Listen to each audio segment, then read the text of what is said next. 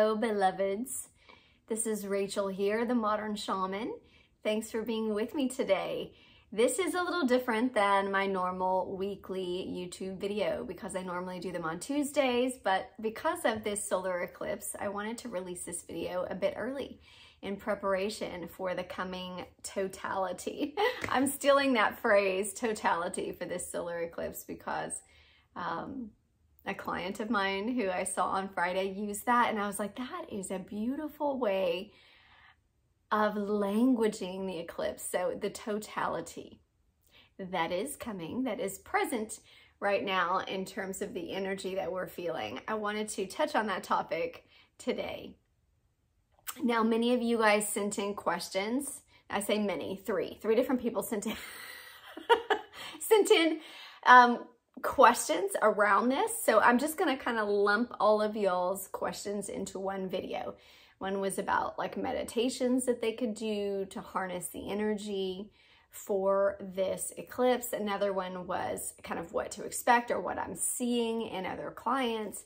And another one was, what does it mean in terms of ancestral tradition? Before I get into that, I will say, if you are new or you're unfamiliar with my work, I always recommend at the beginning of these videos that you go to my website, themodernshaman.net. It is just a great kind of resource for anything that you may be seeking beyond this catalog of free information. This is a beautiful channel in terms of what YouTube has to offer. But if you're looking for really developing your psychic gifts, your shamanic awareness, energy modalities, and further connection with the non-physical realm, whether it's personal sessions or my teaching curriculum, all of that is on my website, and it's just a great resource to kind of dive further into what's available. Again, that's themodernshaman.net. Okay, so now let's talk about the totality, this solar eclipse that is coming tomorrow.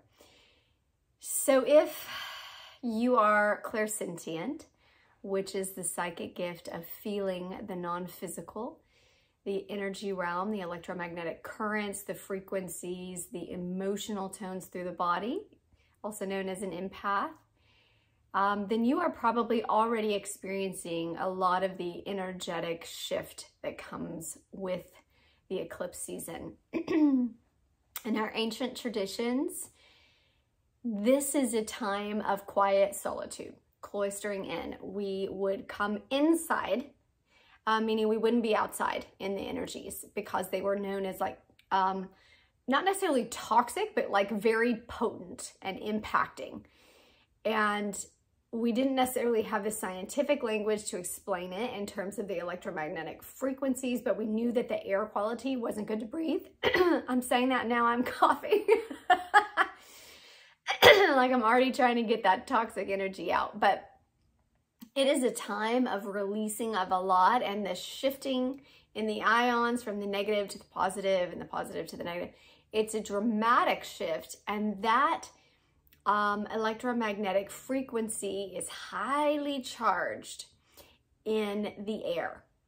Now, if you haven't watched, and I'll put a link after this video, but if you haven't watched my video that talks about why the forest calls, I talk about positive and negative ions and the shifting of that happens, and the strongest charge is kind of in times where the sun and the moon shift, right? Like dusk and dawn.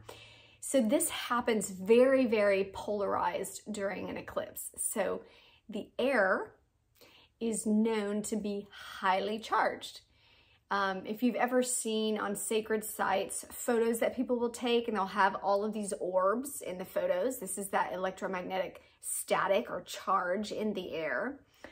This is housed in areas that are geospatially located on the globe very strategically to house and channel the ley lines. Okay, now I'm not going to get all into the science and technical stuff, but essentially this happens during the eclipse. And it is highly charged air. So our traditional native belief was that we stay inside and that we don't view it. Now, they knew it could harm you, the intensity of the light. So they knew that it could burn your eyes, not to look at it. And so they stayed inside and didn't look at it. It was a time of fasting. Traditionally, you would fast from water and food, and you would be quiet. So you would meditate in solitude. It's not like a partying, like let's have an eclipse party. It's the opposite of that energy. So it is the quiet and it is the connection with the star people. So essentially where the cosmic energies and the galactic energies take dominance over our earth and the earthly energies of the Mother Earth. So this is a stark change and portal time for our native communities to connect, to have direct link, to speak to what was known as the star people, or our ancient lineage of ancestors that created our DNA on Earth. And that is the traditional belief from our native peoples. Now, obviously that shifts a bit tribe to tribe and how they practice it. But when we kind of take that into our modern understanding and integration, those of you that, like I said, are sensitive are already feeling this sun energy. Now, I have a lot of clients that have kind of come in during this time because San Antonio, where I live, we actually get to see the eclipse. We're on that path. So there are a ton of people here. I mean, the kids are off of school. It's a big event. And I had a lot of clients that flew in for this that didn't live in the path of the eclipse. And so I had a lot of clients on Friday, Thursday, and then I'm having them the rest of the week that, you know, stayed in and flew in from all over the world to see this. So it's interesting when I have that dynamic because I have a lot of perspective of what seems to keep coming up through different sessions with different people going through different things, but the patterns are very obvious to me as a practitioner. And one of the major patterns is change. And when I always tune into the eclipse, as a seer, it looks like a coin with a dark side and a light side, and it's flipping. It's just like flipping a coin. So it is a dramatic shift in change that is happening and that is occurring during this time. I mean, that seems very obvious, right? But I need to language the obvious, that is essentially the pattern that this eclipse is bringing in, major change in people's lives. So that may look different for different people, but the overarching statement is one of change. I also see that we are in the sun energy right now. It hasn't shifted after the eclipse, and when the eclipse and the moon overpowers, then we will move into a moon energy. But right now we're in the sun energy, which is fire, right? This element of fire. And I'm seeing a lot of clearing and purging happening. So the clearing oftentimes with clients is encouraged to happen through purging. This is a very strong and deep clearing.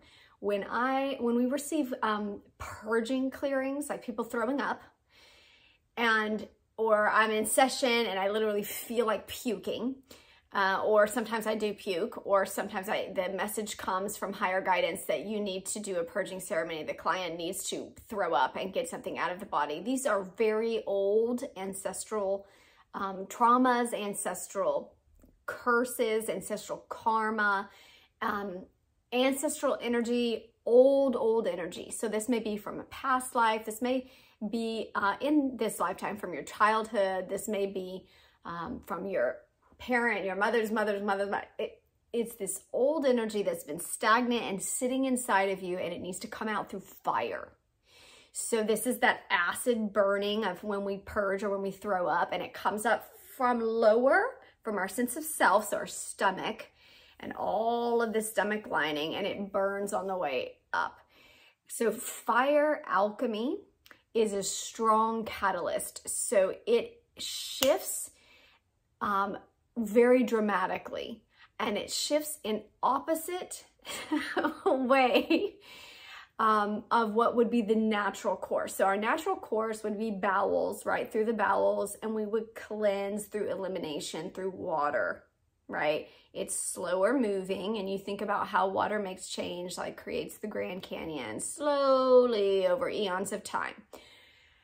Fire alchemy, or through purging, happens instantaneously, and it brings a automatic shift through the burning. Like the fire will literally burn through what it goes through and shift and change into air or smoke or ash. So it will automatically, just through the effect of what it is as a chemical reaction, shift the energy and clear that pattern, that trauma, that karma, or that issue, whatever it may be. And so we are in a time of fire cleansing.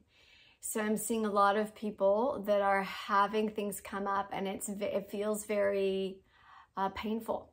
It feels very aggressive. It feels very hurtful in the way that it's releasing. So if this is you, I would have my own purging ceremony. I would have a time of clearing, or a fire ceremony that's a little softer, right? Where you write something on a piece of paper and you burn it, or you take something that once carried a lot of energy for you, is kind of that bundle of energy. Maybe it was a token or an item from a relationship or from a parent that was abusive, or in a really something that carries a lot of energy, and then you light it on fire. And you watch that shift in alchemical transition and transmute into a whole different element. It moves into air, and it's released very naturally on its own.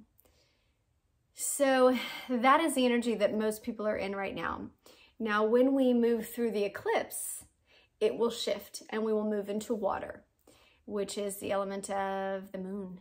And as that takes dominance, we will move into our emotional body. So this is tears. This is the purification of the body. So bathing, and we move into that time of purity because we've cleared everything out. We are now a new babe and are able to be birthed, right? So we have the death element through the fire, and then we have the birth element through the moon, where we come out through the other side of the totality, or the eclipse, and we are born again, fresh and feminine. This is the energy of the womb and creation. So this is a beautiful time when we come in and we do eat. We stop the fasting and we feed and we nurture the baby that's been born, or this symbolic creation of newness. So this will be kind of on the other side of the eclipse that we experience. And it's a beautiful time for you to kind of move into an openness of creation, asking yourself, what do I want to create now that I have cleared out all of these toxic kind of areas in my life and my lineage, and am open to the purity of something new. So I hope that this video was a blessing to you, that you may utilize it in the time of this powerful eclipse as we come into union with our cosmic and galactic energies that is inclusive of you, of your spiritual body, that is that part of your energy that is housed in the cosmos always. Because when we incarnate and bring our spirit into form, we can't bring all of our energy. It would literally blow up the body. It's just too much voltage for a human body. So part of that stays in the interdimensional cosmic realm, and it is a strong connection point and portal to your higher connected self. So I hope that this blesses you and you utilize this energy in a powerful time of alignment and transfiguration for yourself. I'm going to sign off here. Blessings. I'll be back next week with another video.